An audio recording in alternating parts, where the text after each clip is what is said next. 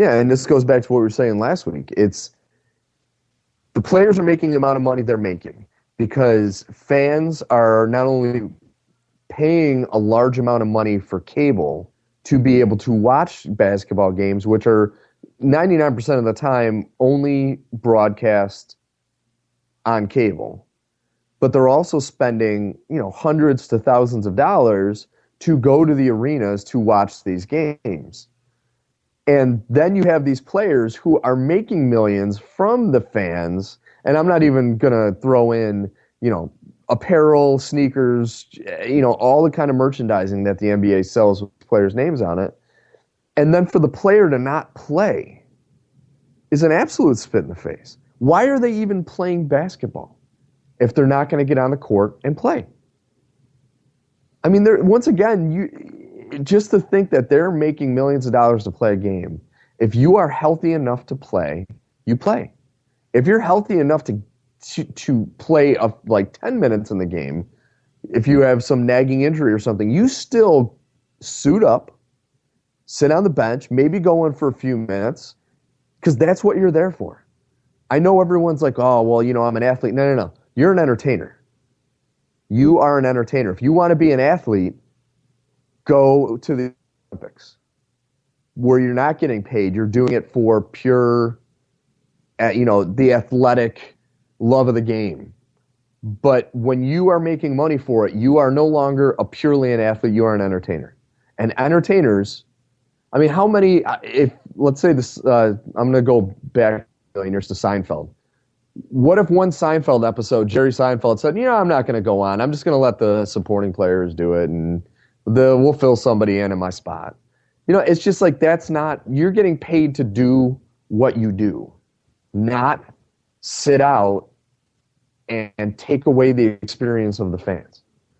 And that's what ticks me off, because it's, a good example for me today is I told you before we went on the air, me and a bunch of guys worked 11 hours moving a ton of equipment. I got paid what these guys make in a minute.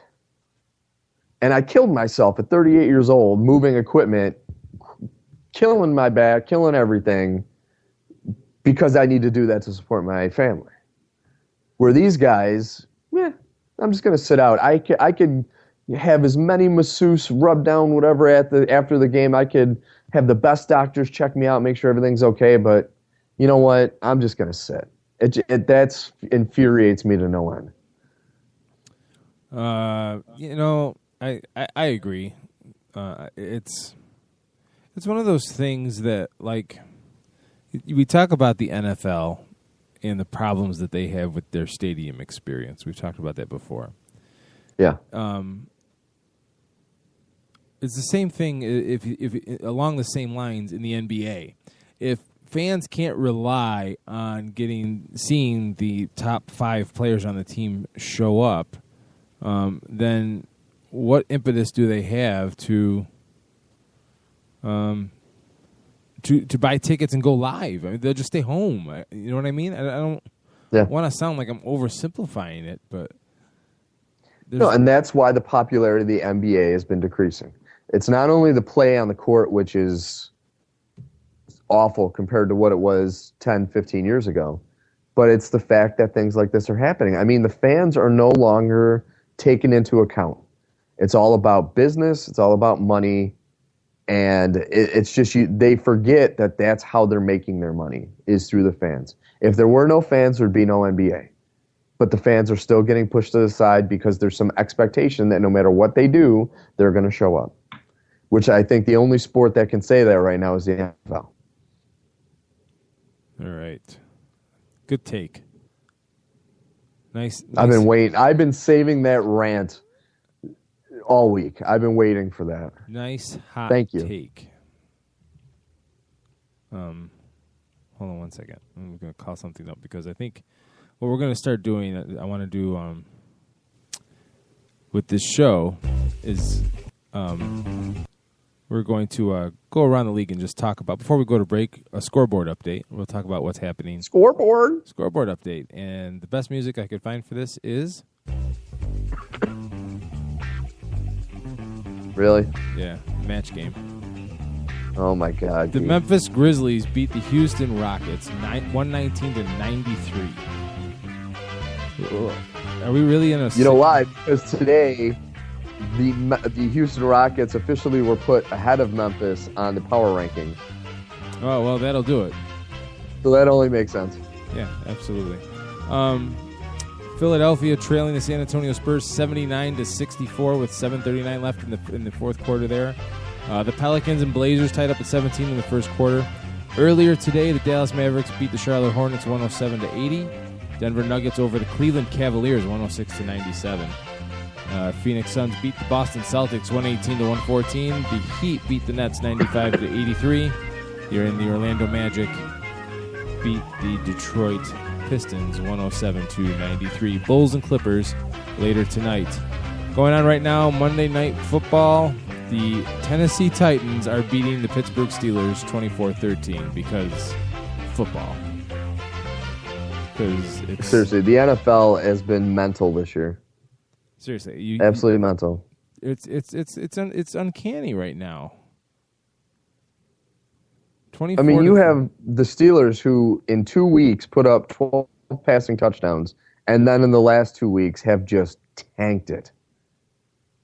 Zach Mettenberger, 12 of 19 for 241 yards and 2 touchdowns.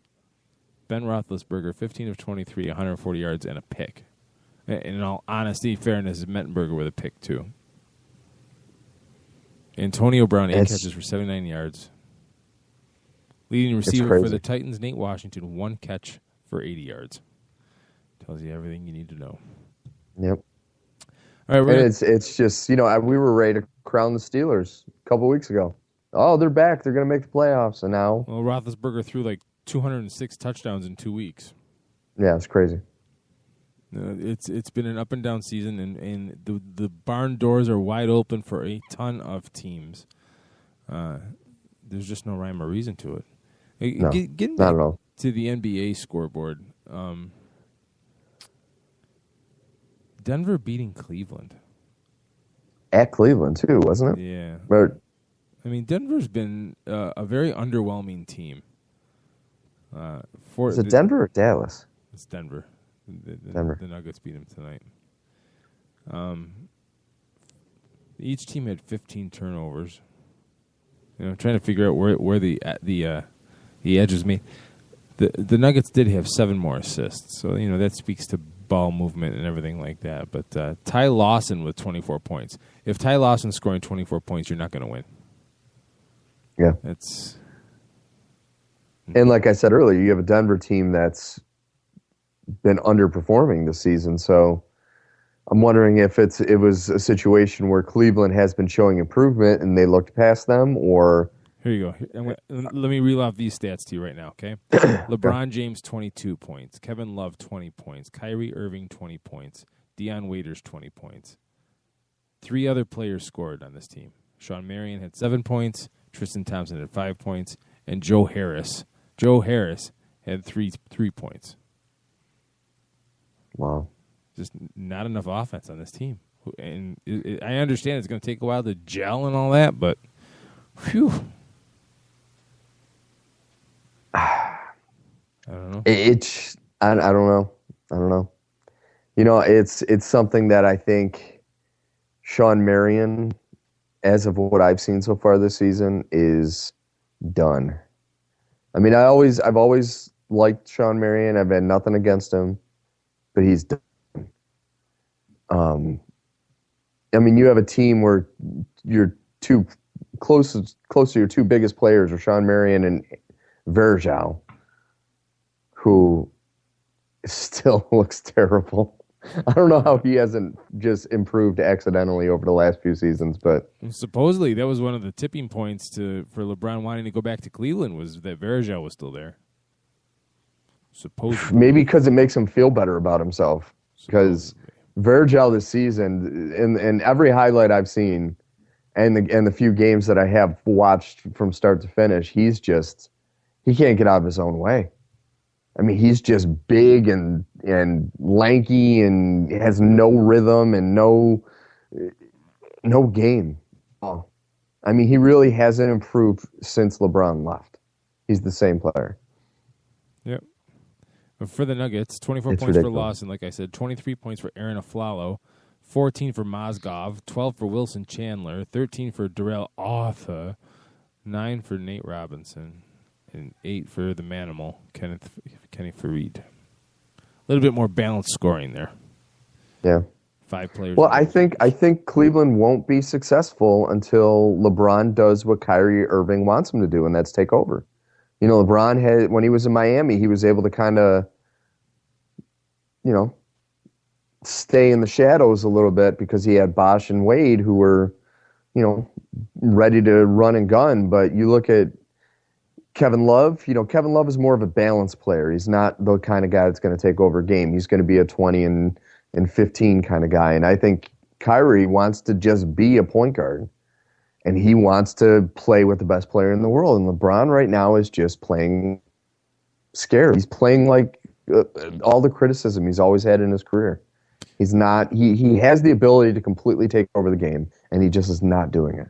Apparently he was sick tonight and still played 41 minutes. You know, it's what do you think about it's been the excuse for a lot of players this year, though. Well, what do you think about the people that say he's lost too much weight in the offseason? I don't see a problem with that. Yeah, I don't because I agree with what his mindset was getting up in age and seeing what Kobe did when Kobe slimmed down and he was able to continue playing at a high level. I think LeBron just needs to figure out how to play at this weight. I think that's the one problem with it. But once he figures it out, I think he's going to be fine because he's still a beast. I mean, he lost weight, but he's still physically more powerful than most people on the court. Mm-hmm. To me, it's about the lighter you are, the less stress you put on your knees at this stage of the game when you get up there. So I don't think that is not what's bothering LeBron. No. I feel comfortable in saying that. All right, let's take our first break, and when we come home, we'll dig a little deeper in the NBA, talk a little MLB offseason while we count down the minutes to the NFL hour. You're listening to 87 Sports Fans Live on Late Night Sports Radio.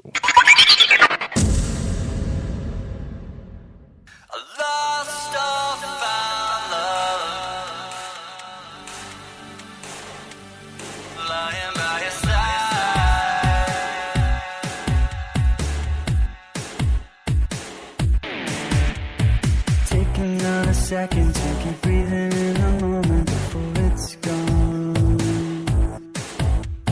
You never know when love is lost until you find just what it costs to be wrong. I wonder if you think of me passing by, you think you see me coming. I wonder if you pull me in, kiss me just one time again.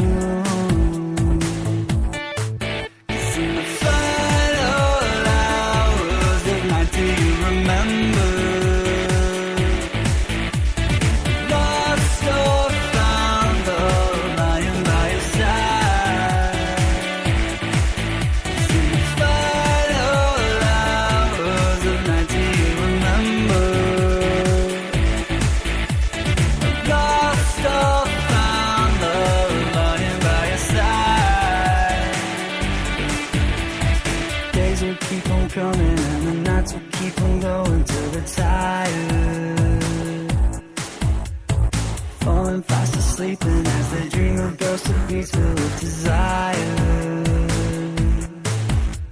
The chance of life is all around, a chance to take is always found. Oh, writing on the lullabies on the lonely living life. Oh,